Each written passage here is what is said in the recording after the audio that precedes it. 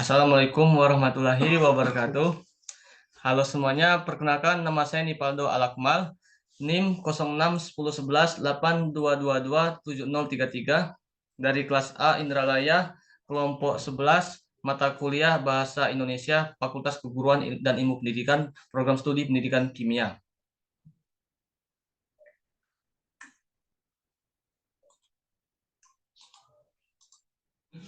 Jadi pada kesempatan kali ini, saya akan menganalisis kasus 6 terkait jika di sebuah kampus yang bonafit yang terkenal pada saat di kampus mahasiswa diwajibkan menggunakan bahasa asing tertentu. Bahkan jika ada mahasiswa yang menggunakan bahasa Indonesia, bahasa negara sendiri, mahasiswa tersebut akan mendapatkan hukuman.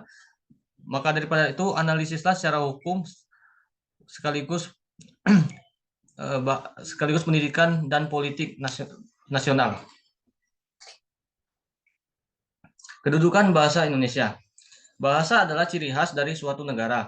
Kita dapat mengenali suatu bangsa dari bahasa yang ia gunakan. Begitu pula dengan bahasa kita, yaitu bahasa Indonesia. Bangsa Indonesia pada 28 Oktober 1928 mengadakan peristiwa penting, yaitu Sumpah Pemuda, untuk menyepakati bahwa bahasa Indonesia adalah bahasa persatuan.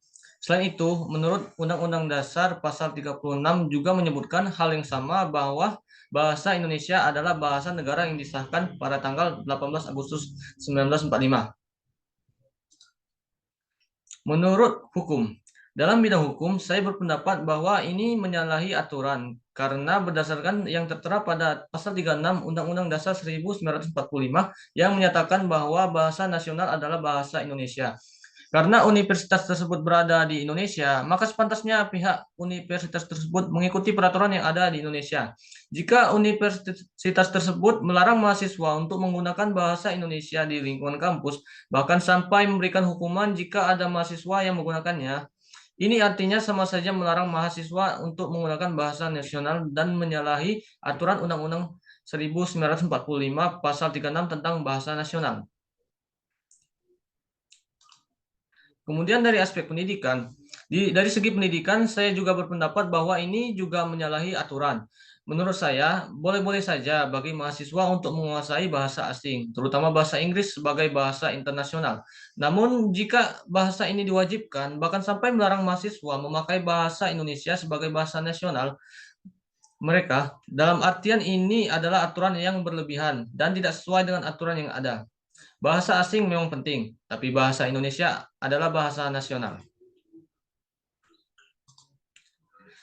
Masih terkait dengan hukum, namun kali ini dari aspek politik, di mana bahasa Indonesia menjadi bahasa persatuan, seperti yang disebutkan pada pasal 36 sebelumnya.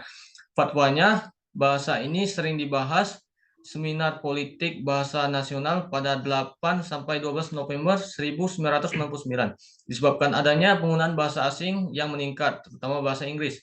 Jadi disepakati bahwa kedudukan bahasa asing yaitu sebagai bahasa yang menghubungkan antar bangsa, bahasa di setiap kemajuan teknologi, dan sumber perkembangan bahasa Indonesia. Intinya, menggunakan bahasa asing yang berlebihan bahkan sampai melarang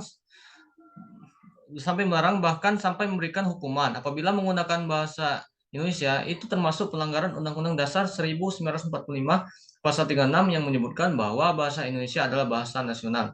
Jadi sepatutnya kita sebagai orang Indonesia menggunakan bahasa Indonesia karena itu bahasa nasional.